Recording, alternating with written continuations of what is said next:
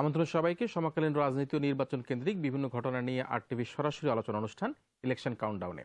সঙ্গে আছে আমি হাসান আহমেদ চৌধুরী কিরণ। সাপ্তাহিক অনুষ্ঠানটি বিকের সৌজন্যে আরটিভি স্টুডিও থেকে সরাসরি সম্প্রচার হচ্ছে। দর্শক, আজকে আমাদের আলোচনার বিষয় নির্বাচনের পরিবেশ, প্রস্তুতি ও রাজনৈতিক সহিংসতা। এই বিষয়ে আলোচনার জন্য আমাদের স্টুডিওতে আমন্ত্রিত হয়ে এসেছেন অতিথি হিসেবে সরকার দলীয় সংসদ সদস্য নজরুল ইসলাম বাবু, বিএনপি দলীয় সংসদ সদস্য অ্যাডভোকেট সৈয়দা আসিফা আশরাফি পাপিয়া এবং গণসংহতি আন্দোলনের প্রধান সমন্বয়ক জোনায়েদ সাকি। দর্শক, চাইলে আপনিও আলোচনায় অংশ নিতে পারেন, জানাতে পারেন আপনার মূল্যবান মতামত। এজন্য ফোন করুন 096115544333 এই নম্বরে। চলে যাচ্ছি আলোচনায়। আসলে একই কথা, একই বিষয়, একই আলোচনা। এবারে নির্বাচন, জাতীয় নির্বাচন, দশম সংসদ নির্বাচন। এই নির্বাচনের প্রেক্ষাপটে আমরা চতুর্দিকে দেখতে পাচ্ছি সহিংসতা চলছে, গাড়িতে আগুন চলছে, পেট্রোল বোমা চলছে। একই সাথে বিরোধী দলের নেতা নেত্রীদের গ্রেফতার করা হচ্ছে, তাদেরকে বিভিন্নভাবে রাজপথে নামতে দেওয়া হচ্ছে না। ঠিক এই সময়ে সরকারের পক্ষ থেকে বলা হচ্ছে যে অসহিংস আন্দোলন তারা করুক এবং তারা যাতে নির্বাচনে ফিরে আসে। এরই প্রেক্ষাপটে আমরা দেখতে পেয়েছি যে গত রাতে যে রিজভী আহমেদকে গ্রেফতার করা হয়েছে এবং গ্রেফতারের পরপরই আবার যখন দায়িত্ব দেওয়া হয়েছে সালাউদ্দিন সাহেবকে, ঠিক দায়িত্ব পাওয়ার পরই তার বাড়িতে এবং তার বিভিন্ন জায়গায় পুলিশি যে তল্লাশি শুরু হয়েছে। তো এই প্রেক্ষাপটে নির্বাচনে যাওয়ার যে আহ্বান জানানো হচ্ছে, সে আহ্বানের প্রেক্ষাপটে সরকারি সদস্য হিসাবে আপনারা যে কথাগুলো বলছেন, এর সাথে এর সম্পৃক্ততা বা এর মূল্যায়নটা বা এই বিষয়টাকে আপনি কিভাবে দর্শকদেরকে উপস্থাপিত করবেন? আপনাকে ধন্যবাদ। আমি আসলে নির্বাচন নিয়ে যেহেতু কথা, আমি একটা সুযোগও পেয়েছি যে আমি বাংলাদেশ আওয়ামী লীগ থেকে মনোনয়ন পেয়েছি। সে কারণে শুরুতেই আমি আমার নির্বাচনী এলাকার সকলকে অভিনন্দন জানাতে চাই, কৃতজ্ঞতা জানাতে চাই যে তাদের অক্লান্ত পরিশ্রম আমার রাজনৈতিক জীবনের সফলতার দিকে এগিয়ে নিয়ে যাচ্ছে। সুতরাং সামনে নির্বাচন, জনগণের নৈতিকতা, দাবি দেওয়া এবং দলীয় সিদ্ধান্ত, এই বিষয়গুলি নিয়েই আমাদের কথা বলতে হবে। আপনি নিজেই বলেছেন যে সহিংসতা চলছে, জ্বালাও পোড়াও চলছে, এগুলি কারা করছেন? একই সাথে কিন্তু আমি বলেছি যে রাজপথে আন্দোলন করতে দেওয়া হচ্ছে না, বাধা দেওয়া হচ্ছে, আমি উত্তর দিতে চাই। যেমন আপনি যে কথাটা বলছেন যে আন্দোলন সংগ্রাম নামতে দেওয়া হচ্ছে না, আন্দোলন সংগ্রাম আপনি আমার বিরুদ্ধে করবেন, সেখানে তো আমার পথ খুলে দেওয়ার কোনো ব্যবস্থা থাকার কথা না। আপনি আন্দোলন করুন, আপনি যুক্তিসঙ্গত বিষয় বস্তু নিয়ে জনগণের কাছে যান, জনগণ আপনাকে সমর্থন যোগাবে। কিন্তু সেই দিকটা কি আমরা লক্ষ্য করেছি? আপনি কি জনগণের কোনো এই আজকে স্রোত বা জনগণের কোনো ভাষা আপনি কি লক্ষ্য করতে পেরেছেন? রাজপথে কোনো জনগণ কি আমার কোনো ভাইকে এই ককটেল মেরে, এই আগুন লাগিয়ে, পেট্রোল বোমা ছুড়ে ওই হাসপাতালে পাঠাচ্ছে? যারা পাঠাচ্ছেন তারা একটা দলের মুখপাত্রের নেতৃত্বে তাদের কর্মকাণ্ড পরিচালনা করছেন। ওরা কারা? ওরা হলো জনশত্রু হয়ে দাঁড়িয়েছে এখন। তো সরকারের দায়িত্ব হলো এই জনশত্রুদেরকে চিহ্নিত করা এবং যথাযথ ব্যবস্থা গ্রহণ করা। খুবই ভালো ভাই, আমি আপনার কাছে আসি। আপনি খুব উৎফুল্ল মেজাজে আছেন, আপনার জনগণ 3 লক্ষ জন ভোটার আপনার সামনে উপস্থিত। আমি আশা করি যে আপনি সেই নির্বাচনে অংশগ্রহণ করছেন, নেত্রীর সান্নিধ্য পেয়েছেন। আপনি দর্শকদের সাথে আপনার এলাকার জনগোষ্ঠীকে আজকে আপনি আপনার অভিবাদন জানিয়েছেন নির্বাচন প্রস্তুত করেন। কিন্তু যে কথাটি আপনি বলছিলেন বাবাই, যে বলছিলেন যে জনগণ ভাষা বোঝে না, কিন্তু বিরোধী দল থেকে যে কথা বলা হয় সরকার জনগণের ভাষা বোঝে না, কারণ তারা যে অভিযোগ করে, যেমন রিজভিকে যখন গ্রেফতার করা হয়। আমি শুধু আপনাকে একটা কথা বলে শেষ করব, যে তার মাঝখানে আপনি কথা বলবেন, যে আমি জানতে চাই যে জনগণের কথা যদি আমরা নাই বুঝি, আমরা তো 90% জনগণের প্রতিনিধি আজকে জাতীয় সংসদে আছি, বঙ্গবন্ধুর কন্যা শেখ হাসিনার সাথে আছে। সেটা তো আরো 4-5 বছর আগের কথা, বর্তমান প্রেক্ষাপটে কথা বলা হচ্ছে। 5 বছর তো শেষ হয়নি না, 5 বছরের পরবর্তীকালীন সময় যেটা বলা হচ্ছে যে বিভিন্ন জরিপে জনগণ তো কাউকে লিজ দেয়নি, এই সরকারকে নামিয়ে সেই লিজের প্রসঙ্গে যারা 10% জনগণের প্রতিনিধিত্ব করছেন, তাহলে যেটা সুশীল সমাজ, বিভিন্ন পত্র পত্রিকায় যে বিভিন্ন জায়গায় বাবু ভাই যে ধরনের একটা আমরা দেখতে পাচ্ছি যে নানা প্রতিবেদন আসছে, সরকার সমর্থন হারিয়ে ফেলছে। যে জনগণ এই 4 বছর 5 বছর আগে আমাদেরকে দিয়েছেন, রাইট, আমি সমর্থন করি। কিন্তু 5 বছর পর আরেকটা নির্বাচন হচ্ছে, সেই নির্বাচনে অংশগ্রহণ করে আপনি আবার আসুন জনগণের সমর্থন নিয়ে, এসে আপনার মতো করে আপনি দেশটা পরিচালনা করুন। কিন্তু আমার বিরোধী দল তো সেই কথা শুনছেন না। আচ্ছা, আমরা বাবা ভাই পাপিয়াপা আমরা বাবু ভাই অভিযোগ করলো বিরোধী দল সেই ধরনের কথা শুনছে না, তো আপনাদের নির্বাচনী প্রস্তুতি কি, বা এ ধরনের কথা কেন আপনারা শুনতে পাচ্ছেন না? আপনারা কেন, যেটা বাবু ভাইকে প্রথমেই প্রশ্ন করার সাথে সাথে সেটা উত্তর দেওয়ার চেষ্টা করলো যে আজকে বাসে আগুন দেওয়া হচ্ছে, পেট্রোল বোমা মারা হচ্ছে, সাধারণ মানুষ নিহত হচ্ছে, এই যে নির্বাচনী সহিংসতা এবং আপনাদের প্রস্তুতি, এই প্রস্তুতির আপনি কিভাবে আপনার যারা ভোটার রয়েছে, বিশেষ করে আপনার এলাকার ভোটার বা বাংলাদেশের আপনাদের সমর্থিত ভোটার রয়েছে, তাদেরকে এই প্রশ্নের জবাবে আপনারা কি বলবেন আপনাদের দলের পক্ষ থেকে? বর্তমান বাংলাদেশের যে পরিপ্রেক্ষিত এবং যে বর্তমান যে পরিস্থিতি, এই পরিস্থিতি বাংলাদেশের জনগণের কাছে সবচেয়ে সর্ববৃহৎ এবং সবচেয়ে উপযোগী উপহার হবে বর্তমান সরকার প্রধান শেখ হাসিনা সহ সকল মন্ত্রীদের পদত্যাগ করা এবং সংসদ ভেঙে দিয়ে সকল দলের অংশগ্রহণে একটি নির্বাচনকালীন গ্রহণযোগ্য, নিরপেক্ষ এবং ঐক্যমতের ভিত্তিতে একটি সরকার তৈরি করতে হবে, যেটা শুধুমাত্র নির্বাচন চলাকালীন সময় যে 3টি মাস সেটা তাদের দায়িত্ব পালন করবে।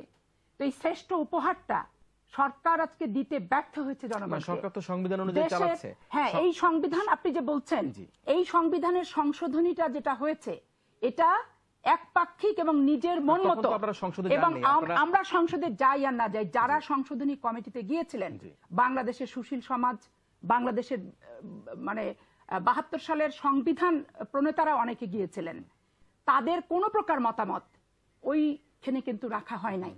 হাইকোর্টের যেটা বলছেন, অ্যামিকাস কিউরি যতজনকে করা হয়েছিল, এমনকি অ্যাটর্নি জেনারেল পর্যন্ত তত্ত্বাবধায়ক সরকারের পক্ষে মতামত দিয়েছিল, তারপরও বিচারপতি খায়রুল হক সাহেব সেই অ্যামিকাস কিউরিদের সংখ্যাগরিষ্ঠ মতামতকে উপেক্ষা করে যেটা শেখ হাসিনার তার কাছ থেকে চেয়েছে সেই মাফিকই উনি রায় লিখেছেন এবং দেশবাসীকে কি উপহার দিয়েছেন?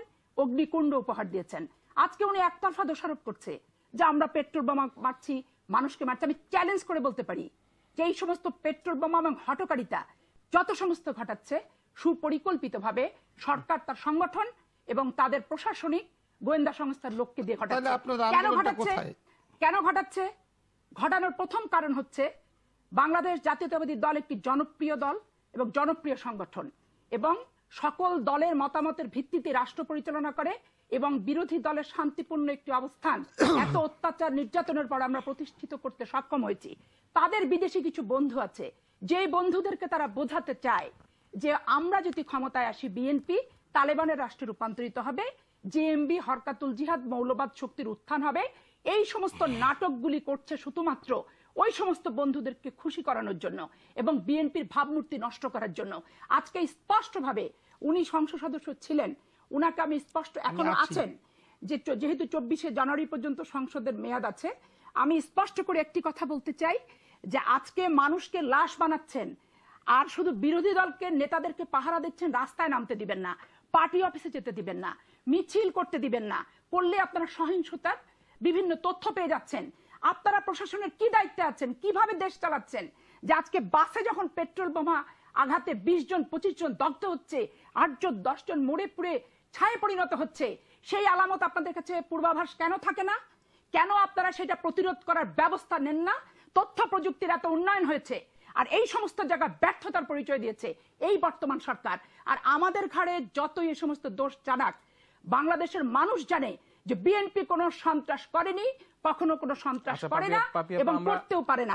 আর নির্বাচন নিয়ে আমরা একটি কথা স্পষ্ট করে বলে দিতে চাই যে ওনারা যে বলছেন যে জনপ্রিয়তা খুব বুঝতে পাচ্ছেন, জনগণ কি চাচ্ছে বুঝতে পাচ্ছেন, ওনাদের নির্বাচনী ইস্তেহারে কি ছিল যে নির্দলীয় নিরপেক্ষ সরকার তারা বাতিল করবে? আজকে সংবিধান সকলের গণতান্ত্রিক মন মানসিকতা, গণতান্ত্রিক ভাবে এই সংবিধান সংশোধন হয় নাই। আওয়ামী লীগ তার ক্ষমতা পাকাপোক্ত করার জন্য যে পরিবর্তন হয়েছে, এই পরিবর্তন বাংলাদেশের মানুষ মানে না, মানতে পারে না। আর বিএনপি নির্বাচনী প্রস্তুতি কোন ফরম্যাটে নির্বাচন হবে সেইটা নির্ধারণ না হওয়া পর্যন্ত নির্বাচনের প্রস্তুতির কি আছে আর নির্বাচনের প্রস্তুতি না নেওয়ারই বা কি আছে? কারণ নির্বাচন তো বাংলাদেশে হবেই না, মানুষ প্রত্যাখ্যান করেছে। পাপিয়াপা নির্বাচন হবে কিনা এবং আমরা পাল্টাপাল্টি কিন্তু অভিযোগ দেখেছি, আমাদের দর্শকরা দেখেছে, প্রিয় দর্শক আপনারা দেখেছেন যে বাবু ভাই এবং পাপিয়াপা দুজনেই পাল্টাপাল্টি অভিযোগ করেছেন, কিন্তু এখানে তরুণ একজন রাজনীতির সাথে সংশ্লিষ্ট ব্যক্তিত্ব আছেন, একেবারেই তিনি আমরা দেখেছি বিভিন্ন সময় গণমানুষের কথা বলার চেষ্টা করেন সাকিব ভাই। কিন্তু এই যে প্রেক্ষাপটের মধ্যে আমাদের সরকারি দল, বিরোধী দল, বিশেষ করে আওয়ামী লীগ এবং বিএনপি উভয়ের এর মধ্যে যে ব্লেম গেম, এই দোষারোপের রাজনীতি চলছে, আমাদের বার্ন ইউনিটে মানুষ পুড়ে মরছে, বলা হচ্ছে যে সরকারি দলের দুষ্কৃতিকারীরা সেটা করছে, আবার বলা হচ্ছে যে না সেটা বিরোধী দলের দুষ্কৃতীরা করছে, কিন্তু ওই মানুষগুলি তো মারা যাচ্ছে।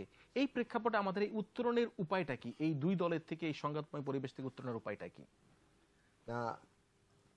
আজকে বিকেলে আমাদের মোর্চার মিটিং করে ফিরছিলাম, তো সেখানে কয়েকজন পথচারী আমাকে থামালেন এবং তারা নানানভাবে হয়তো আমাকে চেনেন, হাত জোর করে বললেন আর কি দেশটাকে বাঁচান। এবং এই যে দুই দলের যে সংঘাত, তার মধ্যে দিয়ে সাধারণ মানুষের যে আজকে বিভীষিকাময় মৃত্যু, এইটা থেকে দেশকে উদ্ধার করেন। আমরা আজকে এখানেও দেখতে পাচ্ছি, আমরা এই যে মানুষের যে হাহাকার, এটা কিন্তু আমাদের প্রধান রাজনৈতিক দলগুলো, বিশেষত প্রধান দুই জোট আজকে ক্ষমতার প্রতিদ্বন্দ্বিতার মধ্যে আছে, তারা কিন্তু এই কথা শুনছেন বলে মনে হচ্ছে না।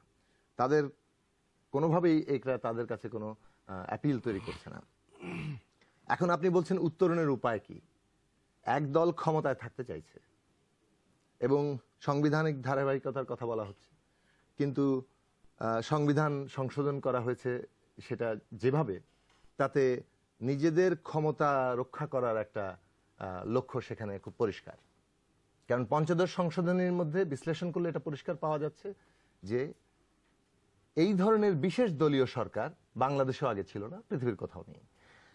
পঞ্চদশ সংশোধনী অধীনে সুষ্ঠু নির্বাচন হবে, আজকে প্রধানমন্ত্রী এটা দাবি করছেন, কিন্তু প্রধানমন্ত্রী বলেছিলেন 1995-96 সালে দলীয় সরকারের অধীনে সুষ্ঠু নির্বাচন হতে পারে না, তত্ত্বাবধায়ক সরকারের দরকার।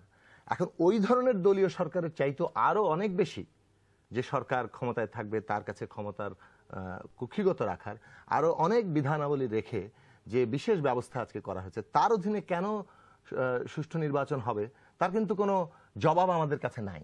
ফলে এখানে একটা সংকটের সৃষ্টি হয়েছে। আজকে আবার বিরোধী দল 18 দলীয় জোট, তারা বলছেন যে এখন তত্ত্বাবধায়ক সরকারের ব্যবস্থা করতে হবে, সেটুক না করলে নিদেন পক্ষে একটা নির্দলীয় সরকার করতে হবে ইত্যাদি। আমি কথাটা শেষ করতে দেন। সেটা হচ্ছে এই যে এই দাবিটাও তারা একসময় এটার বিরোধী ছিলেন, পরবর্তীতে আন্দোলনের চাপে এটা গ্রহণ করেছেন, কিন্তু এখন আচ্ছা সাকিব, এই বিষয়গুলো তো আমরা সকল দর্শকরা আমরা সবাই জানি, আপনারা বারবার না, কিন্তু বারবার এই কথাটা বলতে হবে, কারণ আপনি উত্তরণের কথা চাইছেন। আমি কিছু কথাটা শেষ করি, আমাকে একটু কথা। আমরা একটা বিষয়, যদি আপনারা বাম যারা আছেন, আপনারা কি এই তত্ত্বাবধায়ক ছাড়া বা নির্দলীয় সরকার ছাড়া এই পরিস্থিতিতে আপনারা নির্বাচনে আসবেন কিনা, বা আপনাদের এই ধরনের কোনো প্রস্তুতি আছে কিনা? যেটা আওয়ামী লীগ বিএনপি থেকে, আওয়ামী লীগ থেকে অলরেডি নমিনেশন ফাইনাল করা হয়েছে, জাতীয় পার্টি থেকে ফাইনাল করা হয়েছে, তো সেই ক্ষেত্রে না, এটা তো ইতিমধ্যে আমরা আমাদের নির্বাচনমুখী হবেন কিনা এই মুহূর্তে? না, ইতিমধ্যে আমরা আমাদের অবস্থান ঘোষণা করেছি। আমরা বলেছি যে বাংলাদেশে এখন যে একতরফা একটা নির্বাচনের আয়োজন হচ্ছে, এই একতরফা নির্বাচন আমাদের একেবারেই, গণতন্ত্র এখানে একেবারেই নাই বললেই চলে।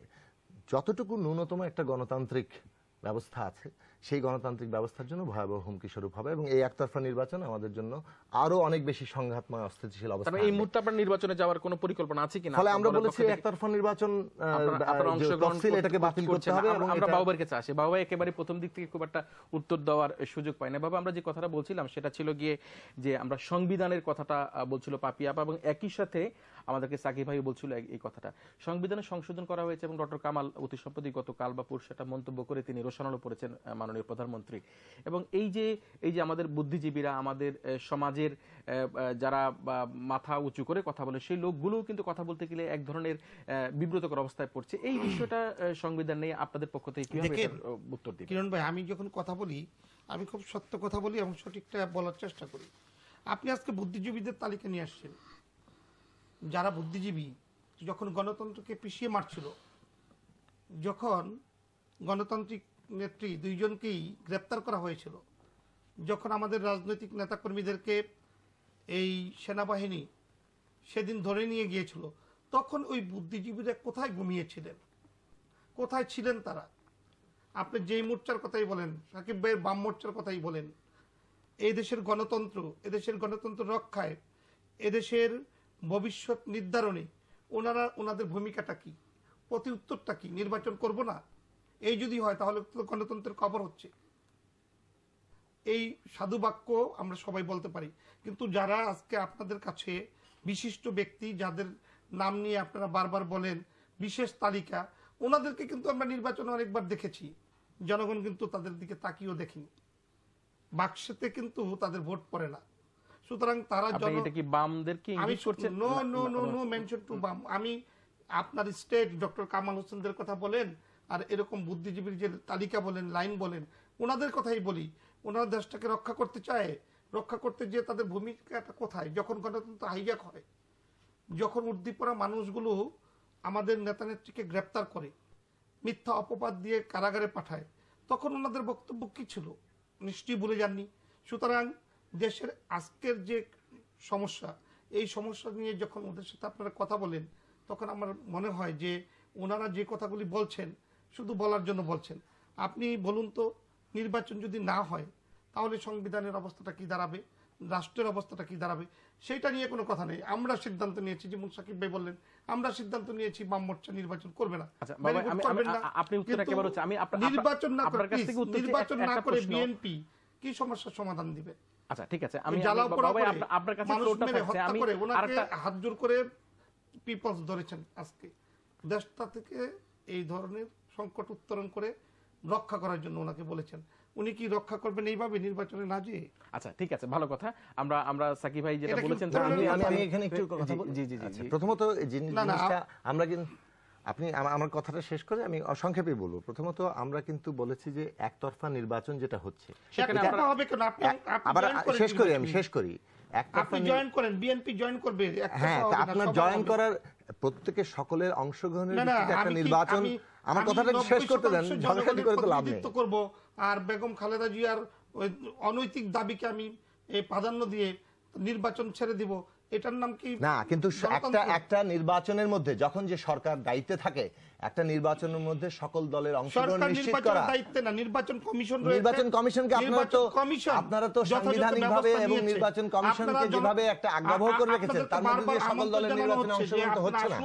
এসে এই সরকারে থেকে নির্বাচন কমিশনকে শক্তিশালী করে নির্বাচনে অংশগ্রহণ করুন। আচ্ছা বাবা, আপনি কথাটা শেষ করেন, তাহলে আমি একটু কথাটা বলি। ঠিক আছে সাকিব, আমি কথাটা শেষ করি। বাবা একটা স্পেসিফিক বিষয়, আচ্ছা সাকিব আমরা আসছি। বাবা একটা বিষয়, সেটা হচ্ছে যে আপনি দেখেন যে গতকালকে সৈয়দ আশরাফ বলেছেন যে আমরা অনেক যোগ্য প্রার্থী থাকা সত্ত্বেও আমরা মনোনয়ন দিতে পারিনি, আমাদের অনেক নেতা নেত্রী রয়েছে। কিন্তু যখনই মনোনয়নের ঘোষণা আসলো, তখন বিভিন্ন জায়গায় আমরা দেখেছি মনোনয়ন বঞ্চিতরা, তারা নিজেরাই আপনাদের সরকারি দলের লোকেরা হড়তাল করছে, ভাঙচুর করছে। সেই ক্ষেত্রে এখন এই ক্ষেত্রে আপনারা বিরোধী দলকে শুধু দোষারোপ করছেন, আপনাদের দলের লোকেরাও তো কিন্তু বিভিন্ন রকম ভাবে বিভিন্ন সঠিক কথাটাই বলেছেন। আমাদের অনেক নেতা, যোগ্য নেতা থাকতেও আমরা সবাইকে নমিনেশনে সেট আপ করতে পারিনি, এটা তো স্বাভাবিক। একটি আসনে 3 জন নমিনেশন চাই, তাই বলে গাড়ি ভাঙচুর তো করতে পারেন আপনাদের সরকারের পক্ষ দলের লোকেরাই। আমি গাড়ি ভাঙচুরের প্রশ্নের জবাবটা আপনাকে দিচ্ছি। তার মানে মনোনয়ন কি সঠিক দেওয়া হয় নাই নাকি? না, নমিনেশনের ব্যাপারে আপনি নিজেও কিন্তু বলেছেন একটি দলে একজন লোক একটি আসনে যোগ্য থাকে, বিষয়টা এমন না। কিন্তু এলাকার জনগণ যদি যিনি নমিনেশন পেয়েছে তাকে যদি প্রতিরোধ করা হয়, তাহলে কি যোগ্য লোককে নমিনেশন দেওয়া হয় না নাকি? খুব দুঃখ বেদনা থেকে তো এরকম একটা আন্দোলনের সূচনা হয়, সেটাকে আমি সমর্থন দিচ্ছি না। নিশ্চয়ই আজকে গতকালকে ঘটনাটা ঘটেছে, আজকে দুই একটি জায়গায় এমন হয়েছে, আজকে কিন্তু আবার থেমে গিয়েছে, আজকে সব থেমে গিয়েছে। আমার কথা হলো ওইটা নয় যে আপনি বিরোধী দল নৈতিক দাবি থাকবে, আন্দোলন থাকবে, আন্দোলন আমরাও করে আসছি, কিন্তু আন্দোলনের নামে আমরা কি করছি? আন্দোলনের নামে জনগণকে নিয়ে একটা নৈতিক দাবি নিয়ে আপনি একটা স্মারকলিপি পেশ করতে পারছেন না।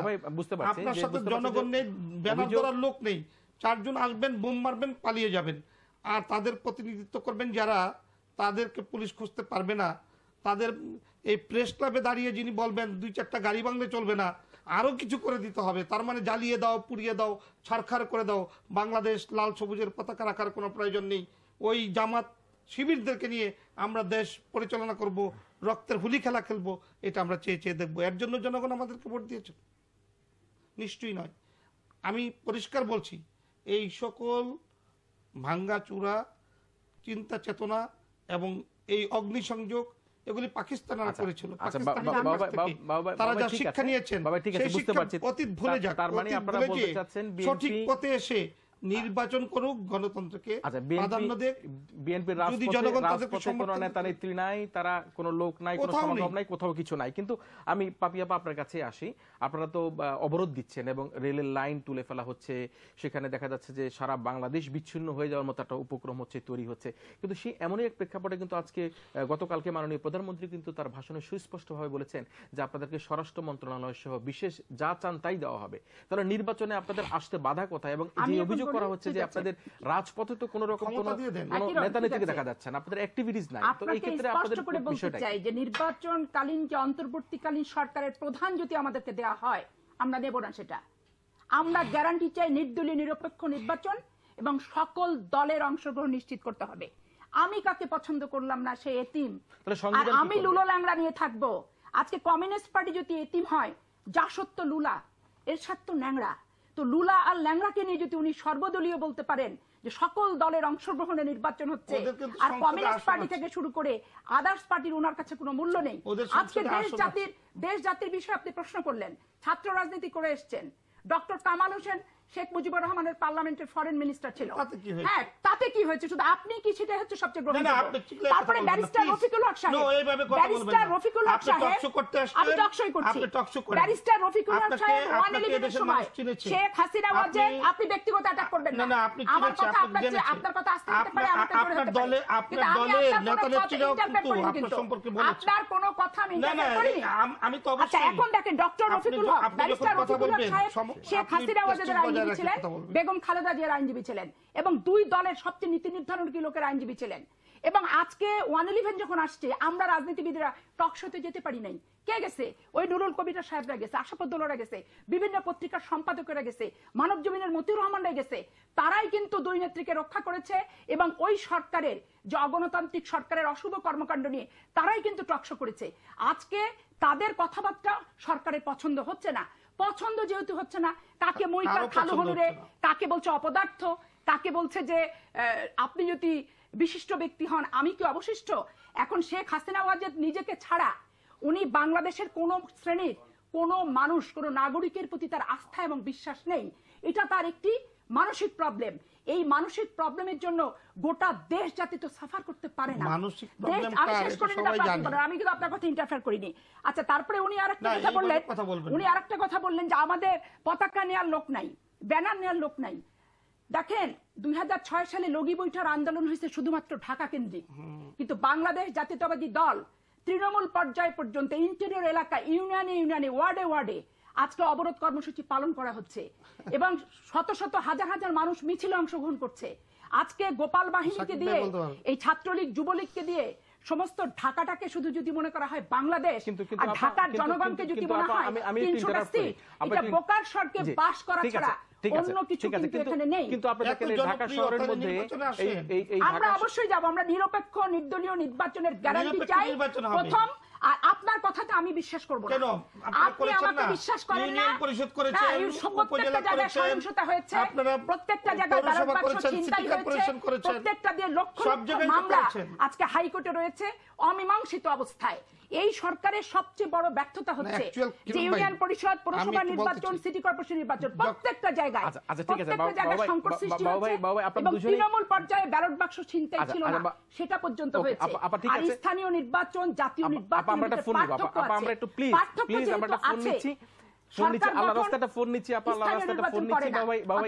অবশ্যই সকল দলের অংশগ্রহণ প্রয়োজন আছে। ঠিক আছে, দলীয় নির্বাচনে আমরা যাব না।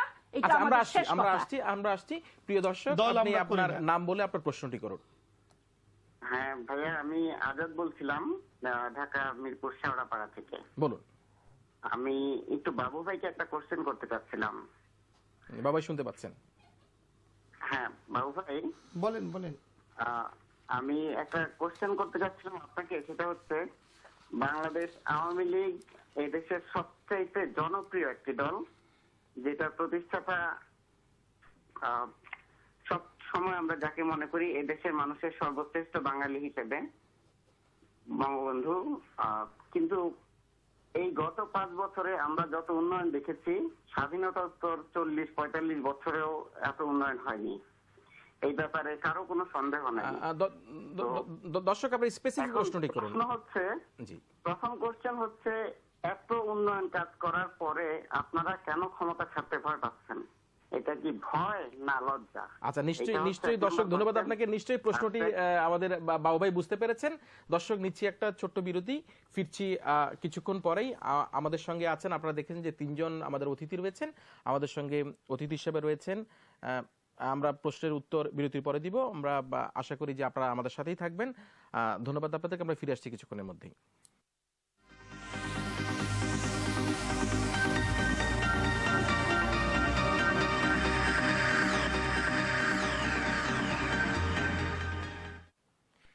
দর্শক, বিরতির পর আবারও স্বাগত। দেখছিলেন অনুষ্ঠান ইলেকশন কাউন্টডাউন। আলোচনা করছে নির্বাচনের পরিবেশ, প্রস্তুতি ও রাজনৈতিক সহিংসতা নিয়ে। সঙ্গে আছেন নজরুল ইসলাম বাবু, সৈয়দ আসিফ আশরাফি পাপিয়া এবং জোনায়েদ সাকি। আমাদের দর্শক বিরতির আগে প্রশ্ন করেছিল বাবু ভাইয়ের কাছে, এত উন্নয়নের পরও কেন ক্ষমতার বিষয়টা নিয়ে প্রশ্ন করেছিল, উত্তরটি দিবেন আপনি। দর্শক যে প্রশ্নটি করেছেন সে সঠিকটাই বলেছেন, কিন্তু প্রশ্ন হলো যে ক্ষমতা ছাড়তে ভয় পাচ্ছি কেন? আমরা তো ক্ষমতা ছাড়ার সময় আসেনি। ক্ষমতা ছাড়ার জন্য আমাদের কোনো ভয় থাকতে পারে না, বা কারো ভয় থাকার কোনো কারণ নেই। কিন্তু উনি যে উন্নয়নের কথা বলেছেন সেই দিক থেকে আমি একটি কথা বলতে চাই, যে আমরা চাই না আর কোনো দিন এই উন্নয়নের ধারাটাকে কেউ এসে ধ্বংস করে দেবে, এমন কোনো সরকার আমরা চাই না।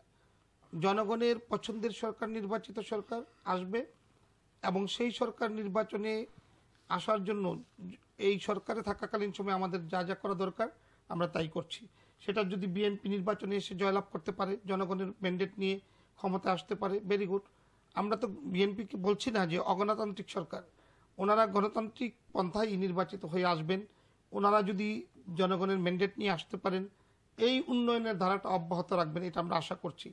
কিন্তু জনগণ থেকে বিচ্ছিন্ন, জনগণ থেকে আলাদা কোনো শক্তি আর ক্ষমতায় অধিষ্ঠিত হবে, সেই জায়গাটা আমরা বাংলাদেশের মাটিতে রাখতে চাই না, সেই সুযোগটাও কাউকে দিতে চাচ্ছি না।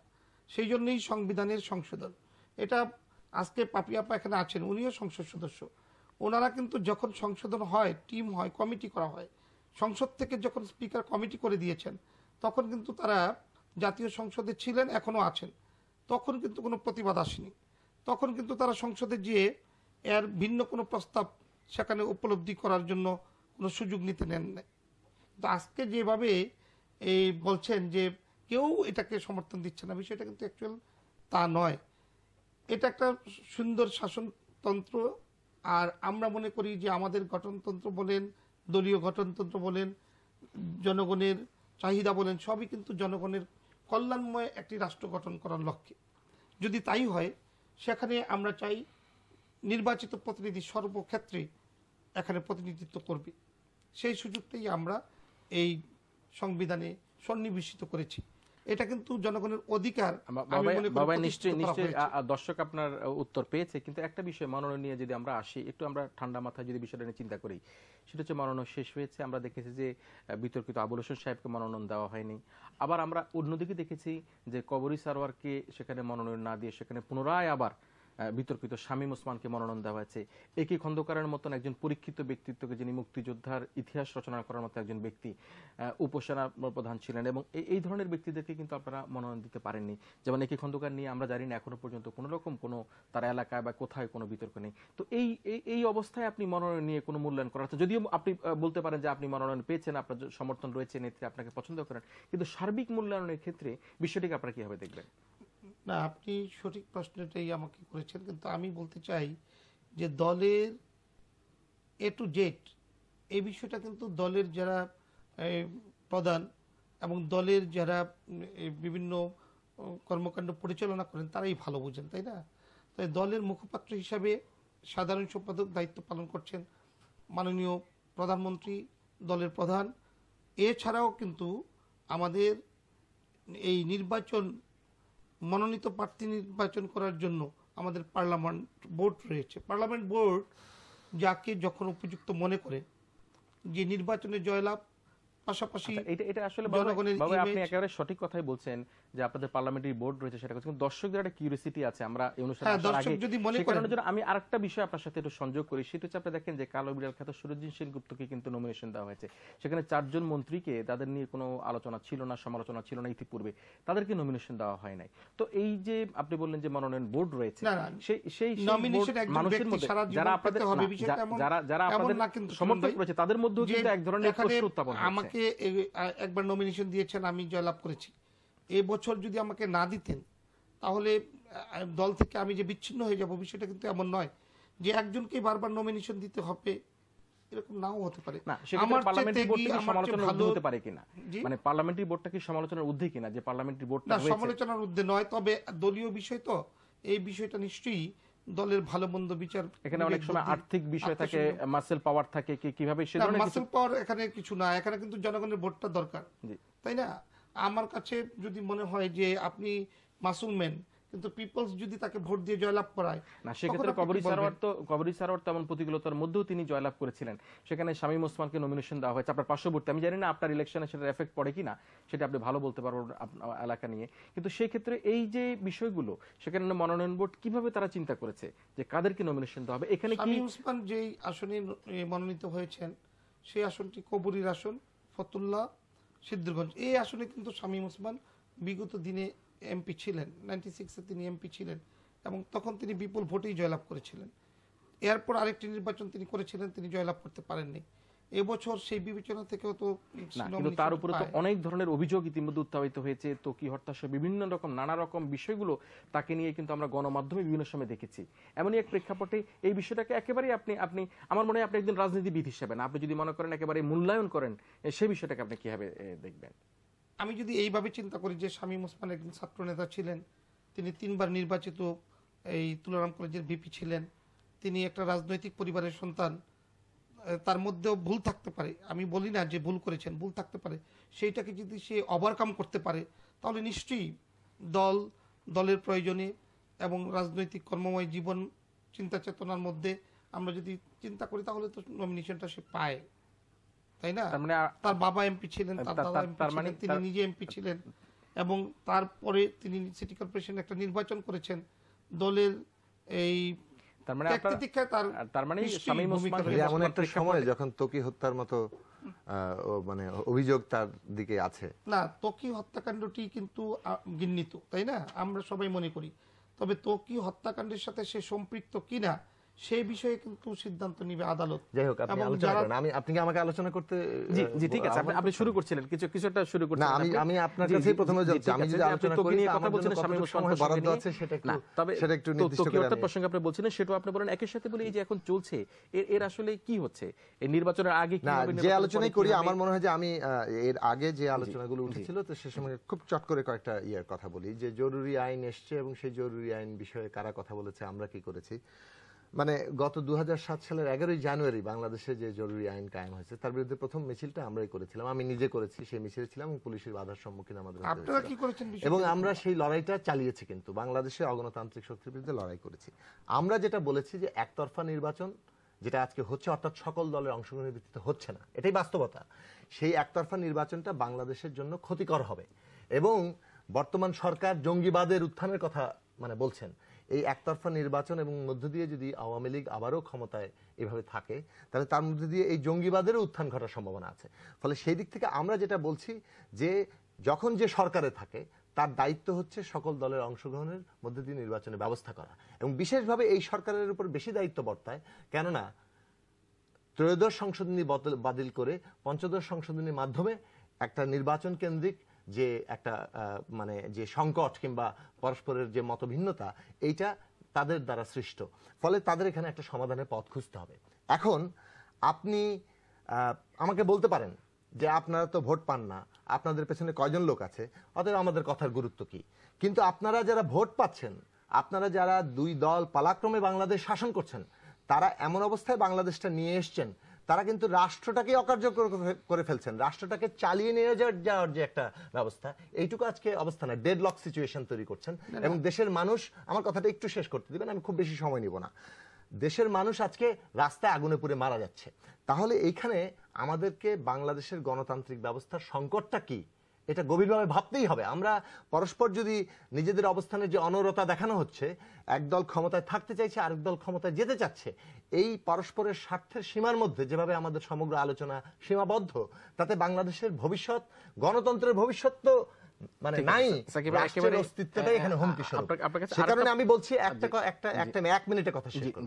না, আপনি বলবেন, আমি আপনাকে আরেকটা বিষয় না, আমার এখনো কথাটা শেষ হয়নি। সেটা হচ্ছে আজকে বিএনপি জামাত সহ 18 দলীয় জোট এখন তত্ত্বাবধায়ক সরকার সহ নির্দলীয় সরকারের কথা বলছে। আমরা কিন্তু বারবার বলেছি এখন বিএনপি সরকারের জন্য তত্ত্বাবধায়ক সরকার অথবা নির্দলীয় সরকারটা তাদের ক্ষমতায় যাওয়ার জন্য সুবিধাজনক, অতএব তারা এটা দাবি করছেন। কিন্তু বাংলাদেশে একটা গণতান্ত্রিক ব্যবস্থা কায়েমের জন্য যে সমস্ত মানে কি বলে প্রতিবন্ধকতাগুলো আছে, সেগুলো নিয়ে কিন্তু তারা কখনো কথা বলছেন না। অর্থাৎ এই যে এক তত্ত্বাবধায়ক পদ্ধতি, এটা দলীয়কৃত হলো কিভাবে? আপনি দলীয় সরকারের অধীনে যে কারণে সুষ্ঠু নির্বাচন করতে পারেন না, সে ভিত্তিটাকে আপনি অটুট রাখছেন, যার ফলে তত্ত্বাবধায়ক ব্যবস্থাও দলীয়কৃত হয়ে পড়ছে, এবং এটা বিএনপি সরকারের আমলেই সর্বাধিক হয়েছে, এবং তার কারণেই এই ব্যবস্থার জবনিকাপাত হয়েছে।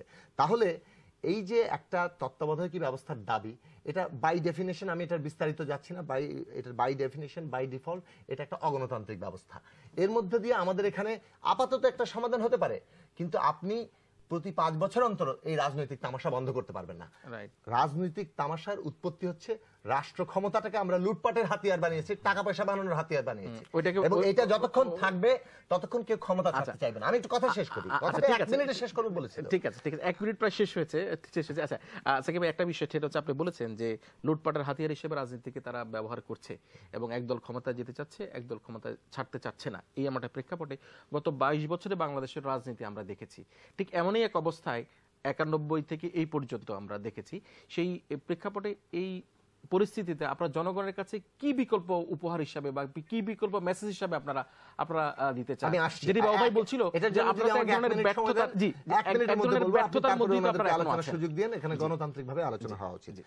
প্রথম কথা হচ্ছে এই যে রাষ্ট্র ক্ষমতাটা যে লুটপাট কিংবা টাকা বানানোর হাতিয়ার, এটা আমাদের মতো অনুন্নত দেশগুলোতে এটা একেবারেই মানে অন্য কোন দেশে নাই, বাংলাদেশে আছে আমি এরকম কোনো দাবি করছি না। সঠিক, কিন্তু বিকল্প কি আপনারা জনগণের জন্য সামনে নিয়ে আসছেন? এটার মধ্যে একটা চেক এন্ড ব্যালেন্স, একটা ভারসাম্য কিভাবে তৈরি হতে পারতো যদি আমাদের সংবিধানের মধ্যে একটা গণতান্ত্রিক কাঠামো থাকতো।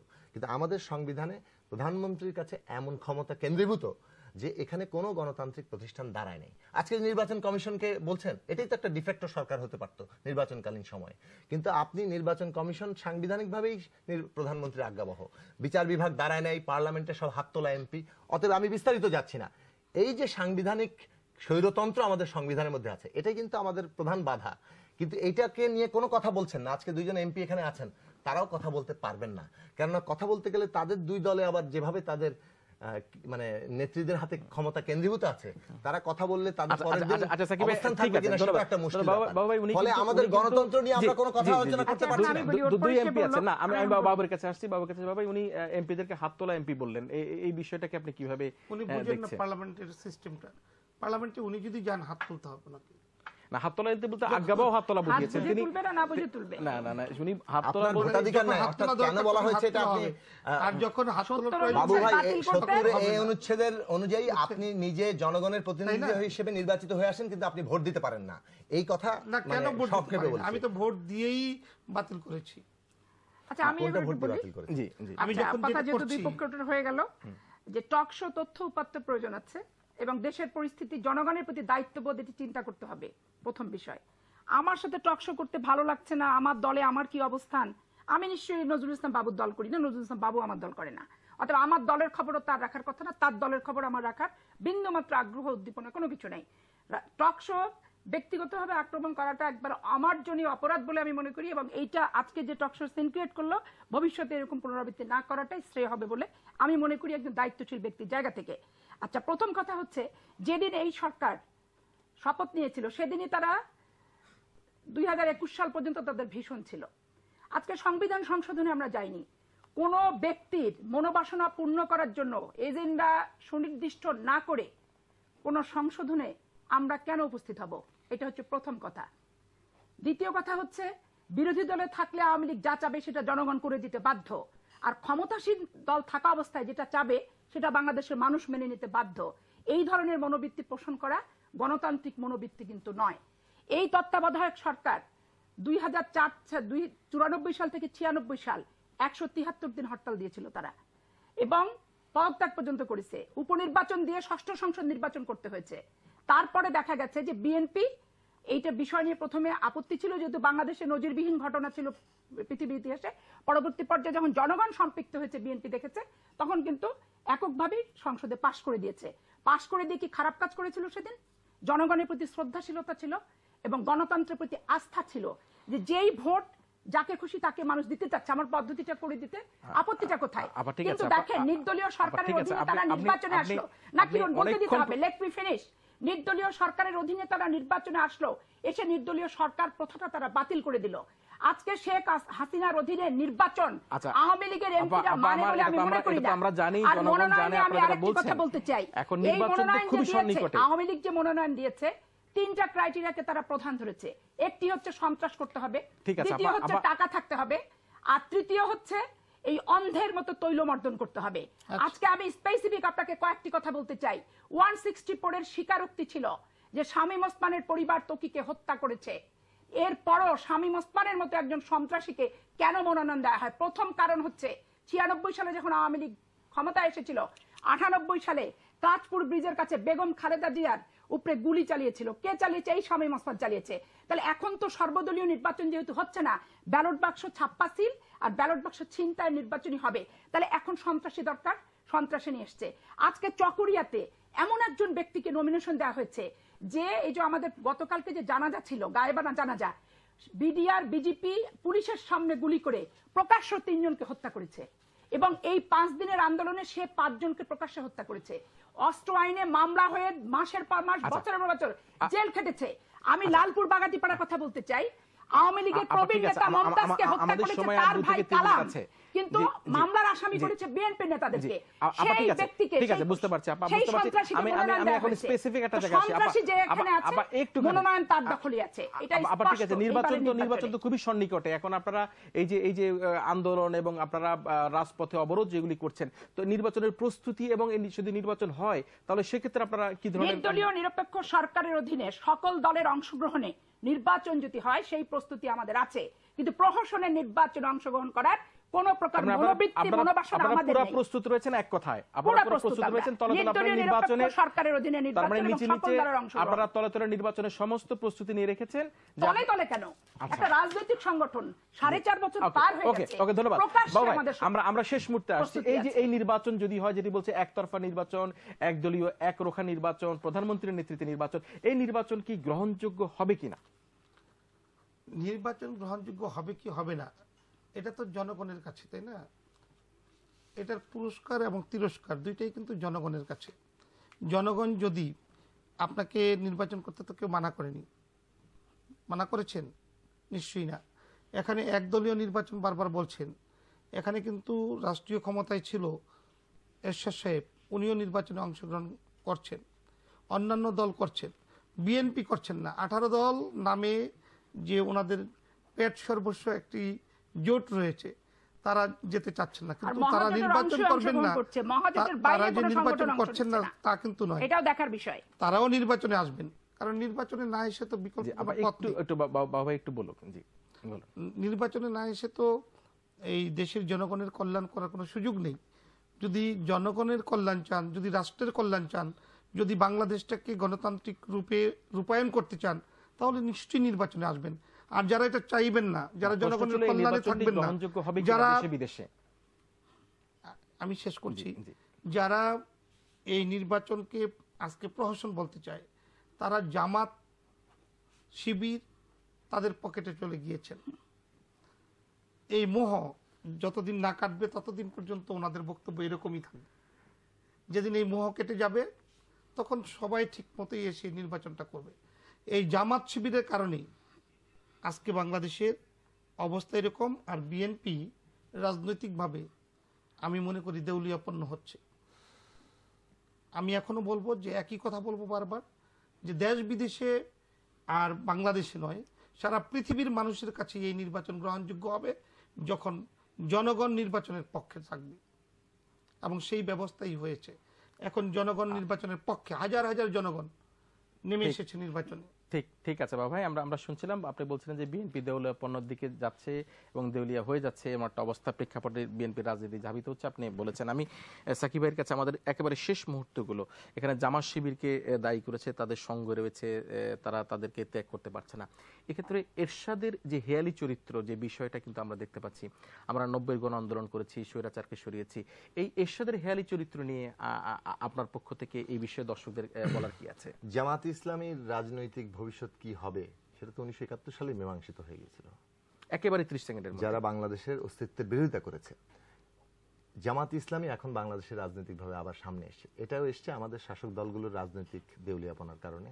এবং এরশাদ, যার রাজনৈতিক ভবিষ্যৎ 1990 সালে মানুষ রক্ত দিয়ে নির্ধারণ করে ফেলেছিল, তারাও যে আজকে রাজনীতিতে এখানে এসে এবং এই ধরনের নাটক করতে সক্ষম হচ্ছেন, এটাও আমাদের শাসক দলগুলোর রাজনৈতিক দেউলিয়াপনার কারণে।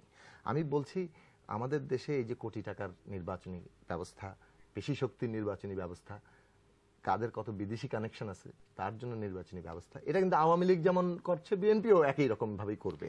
এই নির্বাচনী ব্যবস্থা থেকে আমাদের একটা, তাদের মধ্যে কিভাবে একটা মীমাংসার নির্বাচন হয় তাই নিয়ে আমাদের কাছে মানে রেফারির ভূমিকা অথবা জীবনপণ করতে হচ্ছে। কিন্তু এখান থেকে বেরিয়ে কিভাবে একটা গণতান্ত্রিক নির্বাচন হবে, একটা গণতান্ত্রিক নির্বাচনী ব্যবস্থা কিভাবে আমরা কায়েম করব, সে আলোচনা আমরা ঢুকতেই পারছি না। আমি সংক্ষেপে শেষ কথা বলবো, 10 সেকেন্ডে করব। একটা একতরফা নির্বাচন আমাদের জন্য মঙ্গল বয়ে আনবে না। আমরা আমাদের দেশের রাজনৈতিক ভবিষ্যৎটা দিল্লি, ওয়াশিংটনে না পাঠিয়ে জনগণের কাছেই রাখা ঠিক হবে, এবং জনগণের জন্য একটা গণতান্ত্রিক ব্যবস্থা আমাদের কায়েম করতে হলে একটা গণতান্ত্রিক নির্বাচনী ব্যবস্থা। ধন্যবাদ সাকিব ভাই। প্রিয় দর্শক, আমরা দেখছিলাম আমাদের অনুষ্ঠান ইলেকশন কাউন্টডাউন, এবং আমরা আশা করি সকলের অংশগ্রহণে আমাদের এই নির্বাচন অনুষ্ঠিত হবে। এই নির্বাচন অত্যন্ত আনন্দমুখর হবে। আমাদের ভোটাররা ভোট কেন্দ্রে যাবে, যে অভিযোগে বাহুবাই করুক না কেন, যে অভিযোগই আমাদের পাপি আপা করুক না কেন, এবং সাকিব ভাই যারা সমন্বয় করার চেষ্টা করুক না কেন, সকল অভিযোগের উত্তরণ ঘটিয়ে আমরা বাংলাদেশের ভবিষ্যৎকে, লাল সবুজের পতাকাকে আমরা তুলে ধরবো। আমরা দেশে বিদেশে আমাদের নির্বাচনকে গ্রহণযোগ্য করে তুলব। দর্শক, বিকের সৌজন্যে এতক্ষণ দেখছিলেন ইলেকশন কাউন্টডাউন। অনুষ্ঠানটি আবার প্রচার হবে রোববার সকাল 8:05। আগামী শনিবার রাত 12টায় অন্য কোনো বিষয়ে অন্য কোনো অতিথিকে সঙ্গে নিয়ে হাজির হব। ততক্ষণ আপনারা সবাই সুস্থ থাকুন, আপনারা নিরাপদে থাকবেন, এবং আপনারা সবাই ভীষণ ভালো থাকবেন।